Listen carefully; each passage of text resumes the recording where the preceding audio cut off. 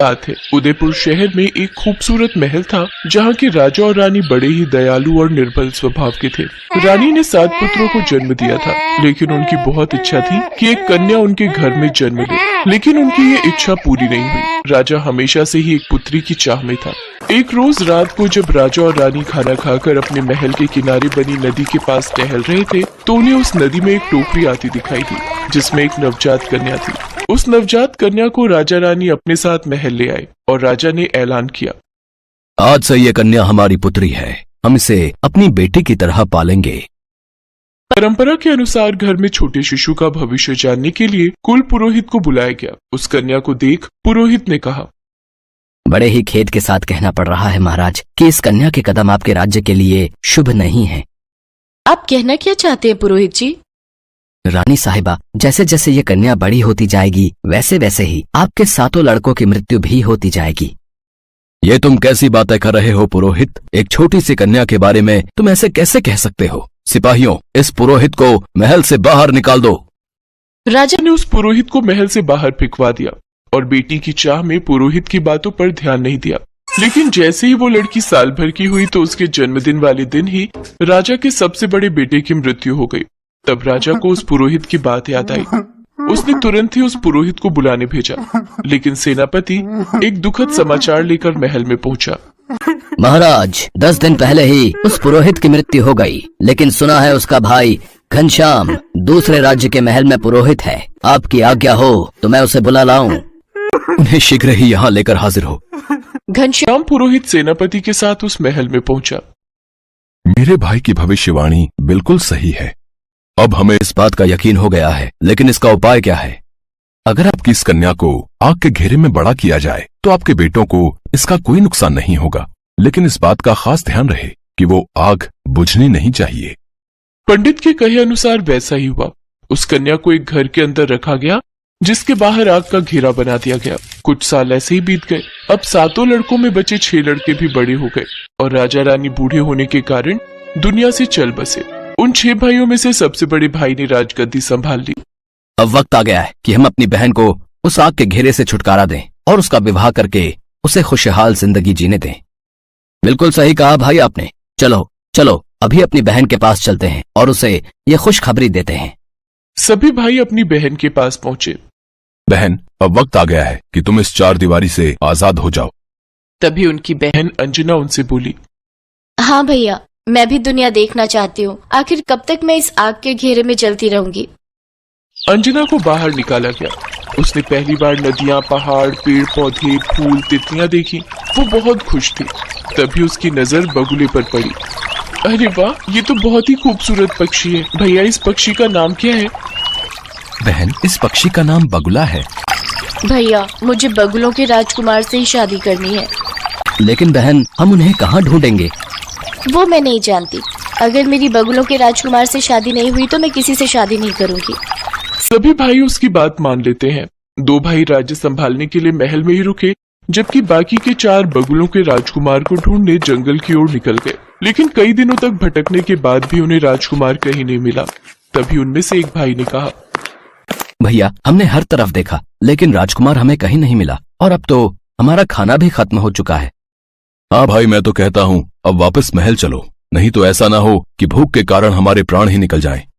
नहीं नहीं, अंजना की बात को हम नहीं टाल सकते। अब जब तक हमें बगुलों का राजकुमार नहीं मिल जाता हम वापस नहीं जाएंगे।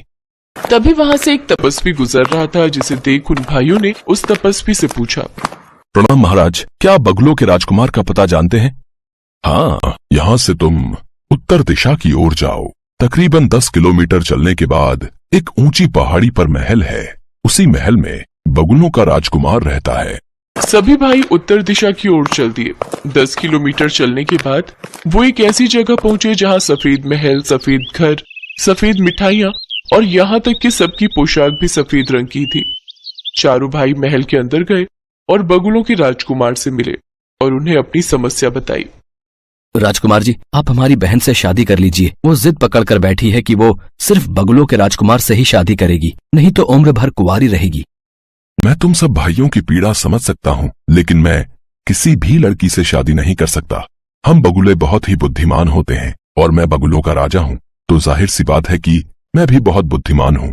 और इसीलिए मैं अपने महल के लिए भी एक बुद्धिमान रानी की तलाश में हूँ। और अगर तुम्हारी बहन चाहती है कि मैं उससे शादी करूं, तो पहले उसे साबित करना होगा कि वो बुद्धिमान है।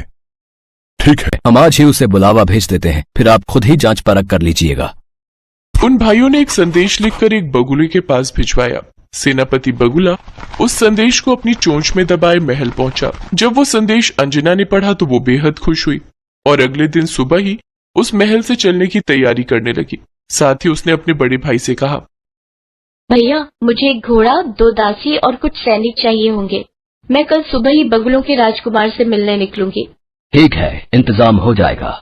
अगले दिन सुबह ये अंजना अपने सैनिकों और दासियों के साथ सफर पर निकली। काफी देर चलने के बाद अंजना कुछ देर विश्राम के लिए रुकी और एक पेड़ की छांव में बैठे बैठे ही उसे नींद आ गई। तभी उनमें से एक दासी जो कि बूढ़ी थी, उसने दूसरी दासी जो कि उसकी बेटी दिव्या थी उसकी तरफ देखा। सचमुच कितना अच्छा होगा अगर इस मनहूस की जगह मेरी बेटी की शादी उस राजकुमार से हो जाए। मेरी बेटी तो राजकुमारी बन जाएगी। तभी उसके दिमाग में खुराफाती आइडिया आया और उसने उन सैनिकों को लालच देकर कहा, मैं चाहती हूँ कि उस राजकुमार से मेरी बेटी दिव्या की शादी हो जाए और अगर एक बार ये वहाँ की रानी बन गई तो फिर तुम लोगों की चांदी ही चांदी है। मैं इसके राजकुमार से कहकर तुम लोगों को 2-2 किलो सोना भेंट में दिलवा दूंगी, लेकिन उससे पहले तुम्हें इस मनहूस अंजना को पहाड़ी से फेंकना होगा। देखो मौका अच्छा है, वो अभी सो रही है। लालच में आकर सैनिकों ने ऐसा ही किया। उन्होंने सो रही राजकुमारी को उठाकर पहाड़ी के नीचे फेंक दिया और दिव्या दासी को राजकुमारी के लाए हुए कपड़े और गहने पहनाकर बगुलों के महल ले गए। राजकुमार जी, मैं 7 भाइयों की इकलौती बहन हूँ और आपसे विवाह करना चाहती हूँ। ठीक है, लेकिन उससे पहले तुम्हें मेरी कुछ पहेलियों का जवाब देना होगा। वो कौन सी 3 संख्याएं हैं जिन्हें जोड़ो या गुणा करो तो परिणाम सबका एक ही निकलता है? काफी देर तक सोचने के बाद भी वो दासी जवाब नहीं दे पाई। तब राजकुमार ने गुस्से में कहा, तुम्हारे भाई तो मुझसे तुम्हारी बहुत तारीफ कर रहे थे, लेकिन तुम तो इतनी आसान पहेली का उत्तर भी नहीं दे पाई। सैनिकों, जल्द से जल्द इसके चारों भाइयों को मेरे सामने हाजिर होने को कहो। कुछ देर बाद वो चारों भाई वहाँ पहुँच गए। तुम चारों भाइयों ने मुझसे झूठ कहा कि तुम्हारी बहन बुद्धिमान है, लेकिन इसे तो साधारण सा गणित भी नहीं आता। लेकिन ये तो हमारी बहन नहीं है। अच्छा, डर के मारे फिर झूठ। सैनिकों, इन सबको कारावास में डाल दो, फिर इन्हें मृत्यु दंड दिया जाएगा। कभी वहाँ अंजना आ जाती है। रुक जाइए बगुलों के राजकुमार, इन भाइयों की असली बहन मैं हूँ। अच्छा, तो फिर तुम मेरी पहेली का जवाब देकर यह साबित करो कि वो बुद्धिमान लड़की तुम ही हो। वो कौन सी 3 संख्याएं हैं जिन्हें जोड़ो या गुणा करो तो उनका परिणाम एक ही होता है? 1, 2 और 3। वाह, बहुत खूब। लेकिन अगर तुम राजकुमारी अंजना हो तो फिर ये लड़की कौन है? ये मेरी दासी की बेटी है। इन दोनों ने मिलकर रास्ते में मुझे पहाड़ी से नीचे फेंकवा दिया, लेकिन वो तो शुक्र है ऊपर वाले का कि मैं एक पेड़ में जाकर फंस गई और एक लकड़हारे ने मुझे बचा लिया।